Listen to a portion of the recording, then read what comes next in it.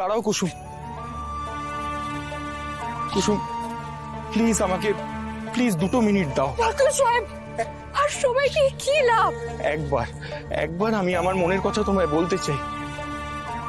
আমি তোমায় কিছু প্রশ্ন করব কুসুম, না ভেবে না থেমে মন থেকে উত্তর দেবে বলো।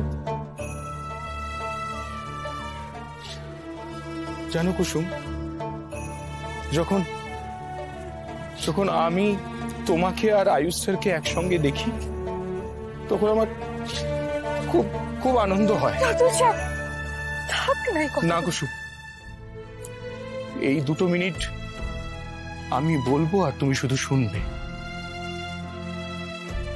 তুমি আর আয়ুষ স্যার একে অপরের প্রতি কেয়ার করো, যত্ন নাও, দুজনের মনের কথা বোঝো, কিন্তু শেষ পর্যন্ত ভাগ্য আমাকে সেখান থেকে সরিয়ে দিল আর আয়ুষ স্যারকে বসালো।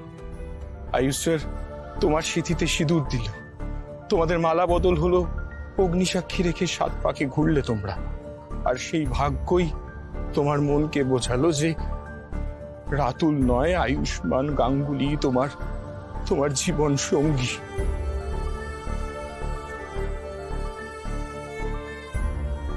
এগুলোই তো ঈশ্বরের সংকেত।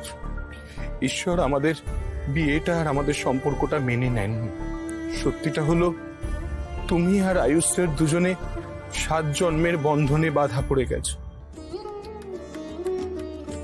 আরে ওই দেখো কাঁদছে কুসুম, কাঁদছো কেন তুমি? এটাই তো সত্যি। কেন চোখের জল ফেলছো তুমি? তোমার এখানে থাকা জরুরি। মেয়েরা তো বিয়ের পর শ্বশুর বাড়িতেই থাকে আর তুমি বলছো এখান থেকে চলে যাবে। এই বিয়ে আমার কাছে সত্যি হলো, সবার কাছে নকল। কিন্তু তোমার কাছে তো সবটা সত্যি, তাই না? তুমি যেটা সত্যি বলে মেনে নিয়েছো সেটা সবার কাছে মিথ্যে হলেও তোমার কাছে সত্যিটা তো বদলে যাবে না, না কুসুম?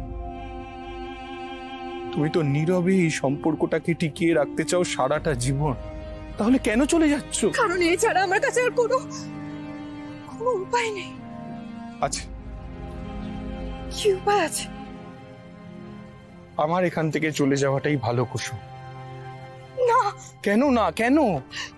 কারণ সবাই আপনাকে ভুল বুঝবে রাতুল সাহেব, সবাই আপনার থেকে আঙ্গুল তুলবে, আমার ভুলের জন্য সবাই আপনাকে কাঠগড়ায় দাঁড় করাবে, আর আমি নিজের জন্য আপনাকে সবার চোখে ছোট করতে পারবো না।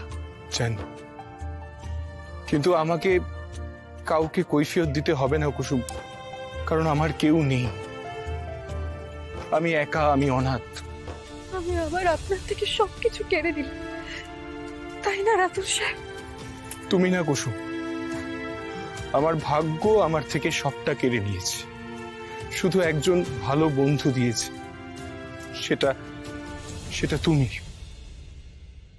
এই বাড়িতে থাকার অধিকার তোমার আছে, আর আমি চাই সেই অধিকার তুমি পাও। আয়ুষ স্যারের ভালোবাসা পাও, এই বাড়ির বড় বউয়ের সম্মান পাও। কথা দাও কুসুম, কথা দাও তুমি কাউকে কোনোদিনও বলবে না আমি কোথায় গেলাম এবং কেন গেলাম। আমি পারবো না রাতুল সাহেব, আপনি কোথাও যাবেন না, যাব আমি। না কুসুম, আমাকে যে যেতেই হবে। তুমি আমাকে কথা দাও কুসুম, তুমি কাউকে কোনোদিনও কিচ্ছু বলবে না। আমি সব টাকা আপনাদের সব টাকা নিয়ে সত্যি আয়ুষ বাবা বলছি যে না, সব মিলিয়ে কত খরচা হয়েছে একটু বলুন আমাকে। আমি সব টাকা দিয়ে দেবো না, একবারে দিতে পারবো না। একবারে কি করে দেবো? একবারে আমার মাইনে থেকে কেটে দেবো, মাসে মাইনে থেকে কেটে এরকম করো না, সব ঠিক হয় না। আমার মেয়ের বিয়েটা ভেঙে গেল, আমার মেয়ের কপালটা পুড়ে গেছে। সব ঠিক হয়ে যাবে, আজ বিয়ের দিন ছেলে পালিয়ে গেছে। আমার মেয়ের বিয়ে করে দিল, সব ঠিক হয়েছে। এইসব আয়োজন কেন? এইসব সরিয়ে নাও, এইসব আয়োজন সরিয়ে নাও। যে যার ঘরে যান আপনারা, এই ঘরে যাও, তোমরা ঘরে যাও, আয়োজন সব বন্ধ করো। আমার মেয়ে। হে দেবুনি না ভাবা যায়? শঙ্কর দা টাকা ফেরত দেওয়ার কথা বলছে, বলেছে যে এই যথেষ্ট। কর্তামা, আপনি তো জানেন কুসুম খুব ছোটবেলায় ওর মাকে হারিয়েছিল। তারপর থেকে না বাবু ওর কপালে আর সুখ জোটে। তারপর যখন ও আপনার কাছে এলো, আপনাকে দেবীমা হিসেবে পেলো, তখন এই গরিব বাবার মনে একটা আশা জন্মেছিল। আমি আমি স্বপ্ন দেখেছিলাম আমার মেয়েটা খুব ভালো আছে এখানে, খুব মন দিয়ে সংসার করছে, কিন্তু আচমকা সবটা উলটপালট হয়ে গেল। আর সেটা শুধুমাত্র আমার জন্য আজ আমার মেয়ের এই অবস্থা। জানেন কথা মা, আমার মেয়েটা না বড্ড ভালো, খুব ভালো মেয়ে আমার।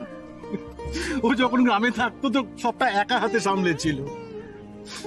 মা, আমি তোকে কোনোদিন কিচ্ছু দিতে পারিনি, শুধু চেয়েছিলাম একটা ভালো ছেলের সঙ্গে ওর বিয়ে হবে, ও খুব ভালো সংসার করবে, ও জীবনটা খুব সুন্দর হবে।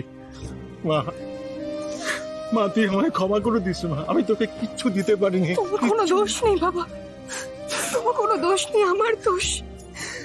আমার দোষ, তোমার কোনো দোষ নেই। আমার দোষ? আমার বাবা আমার কোনো যোগ্যতাই আমার নেই, কোনো যোগ্যতা নেই আমার।